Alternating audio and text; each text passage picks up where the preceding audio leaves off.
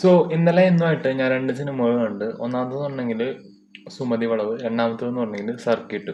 അപ്പോൾ ഈ 2 സിനിമകളുടെയും റിവ്യൂ എന്ന് പറയാൻ പറ്റില്ല. ഈ 2 സിനിമകൾ കണ്ടിട്ടും എനിക്ക് തോന്നിയതും ആ സിനിമകളുടെ ജസ്റ്റ് ഒരു വൺ ലൈൻ സ്റ്റോറി പോലെയാണ് ഞാൻ ഈ ഒരു വീഡിയോയിൽ പറയാൻ ഉദ്ദേശിക്കുന്നത്. So hello guys, it's me Adnan here and welcome back to the channel. എല്ലാവർക്കും നമ്മുടെ ചാനലിലെ പുതിയൊരു വീഡിയോയിലേക്ക് ഹാർദവമായ സ്വാഗതം.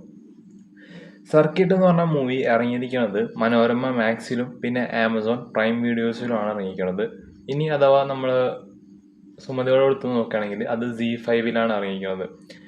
2 സിനിമകളും ഒറ്റ വാക്കിൽ എൻ്റെ അടുത്ത് ചോദിച്ചിട്ടുണ്ടെങ്കിൽ 2 സിനിമകളും നല്ല സിനിമകളാണ്. ഫസ്റ്റ് ഓഫ് ഓൾ സുമതി വളവിനെ കുറിച്ച് പറയാം.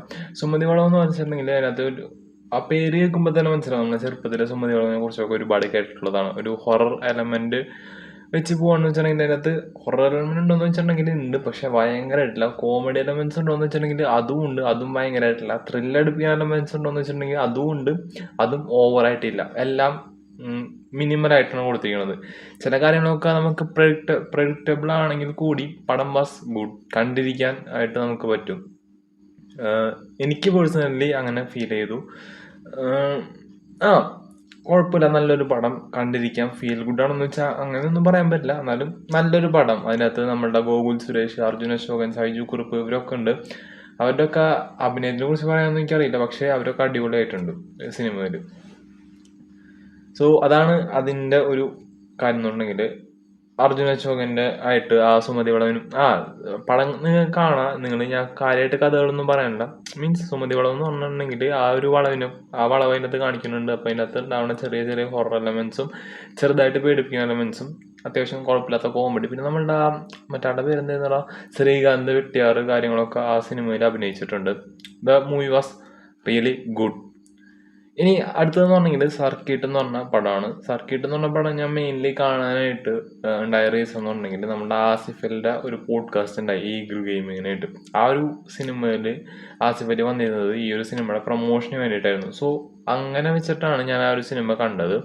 ആ സിനിമ ഞാൻ ജസ്റ്റ് ഇപ്പോൾ കണ്ടു കഴിഞ്ഞപ്പോൾ ഞാൻ ചെറുതായിട്ട് കരഞ്ഞു എന്ന് പറഞ്ഞെങ്കിൽ വിഷമിപ്പിച്ച് കരയിപ്പിക്കുന്ന കരച്ചിലല്ല, ഒരു ആനന്ദാശ്രു എന്നൊക്കെ പറയൂലേ, അതായത് സന്തോഷം കൊണ്ടുള്ള കണ്ണീര്, അങ്ങനത്തെ ഒരു രീതിയിൽ ഞാൻ കരഞ്ഞു. കാരണം എന്ന് പറഞ്ഞെങ്കിൽ ഇവൻ ദുബായിൽ വന്നിട്ട്, അതായത് ഗൾഫിൽ ചെന്നിട്ട് ജോലിയൊന്നും ശരിയാവാണ്ട് ഒരുപാട് പണികൾ ഇവൻ അവിടെ ചെയ്തു കൂട്ടുന്നുണ്ട്. ഇതൊക്കെ ആസിഫ് അലി ആ പോഡ്കാസ്റ്റിൽ പറഞ്ഞ കാര്യങ്ങളായിട്ട് ഞാൻ പറയാം. കൂടുതൽ അല്ലാണ്ട് ഡീറ്റെയിൽ ആയിട്ട് ഞാൻ പറയണ്ട.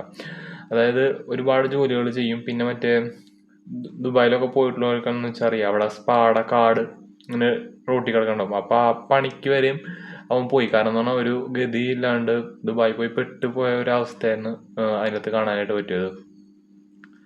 സോ എത്ര നോക്കിയിട്ടും അവനൊരു ജോലി റെഡി ആവുന്നില്ല. ലാസ്റ്റ് ഒരു ADHD ബാധിച്ച ഒരു കുട്ടിയുടെ അടുത്ത് പെട്ടു പോണ ഒരു കഥയാണ്. അതായത് ആസിഫ് അലി ഒരു കുട്ടിയുടെ അടുത്ത് പെട്ടു പോണതും പിന്നെ അവിടെ നിന്ന് ഊരിപ്പോരണതും ആയിട്ടുള്ള കഥകളാണ്. സോ പടം വാസ് ഗുഡ്.